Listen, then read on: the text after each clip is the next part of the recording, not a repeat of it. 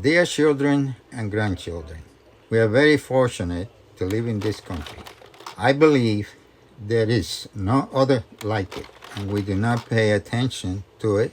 We could lose it like we lost Cuba. From 1952 to 1959, Cuba was under the control of a U.S.-backed military dictator named Fulgencio Batista, and in 1953, a revolutionary movement called the 26th of July, under the leadership of Fidel Castro, started the revolt against the military dictator. We left Cuba the same year and exiled to the U.S., leaving behind all our possessions, families, friends, and the love of my life, Elena.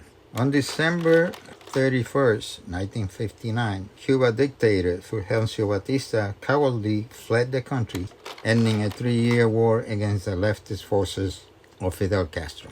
On January 8, 1959, Fidel Castro triumphantly entered the city of Havana with his revolutionary armed forces. The entire populace took to the streets to celebrate the triumph of the revolution and their new leader. Little did they know that this was the beginning to the end of their freedom. As soon as Castro took over control of the government, terrible things began to happen. Many military and police officers that worked under the Batista regime were judged and condemned as criminals, were executed by firing squad in front of the U.S. TV cameras, while the populace were yelling "Paredón, Paredón" to the wall. On January 1961, Elena and I got married. Were living in the same house with her parents and sisters. Housing was under the control of the government and were not available. On October 1961, Elena and I were the proud parents of twin boys and girls.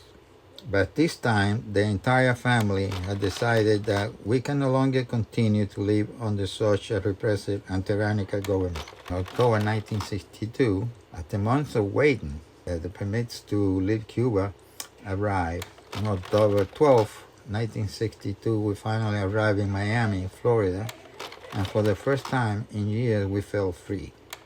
A few years later, we all became American citizens, one of the happiest days in our life. Mom and Dad, Abuela and Bibi.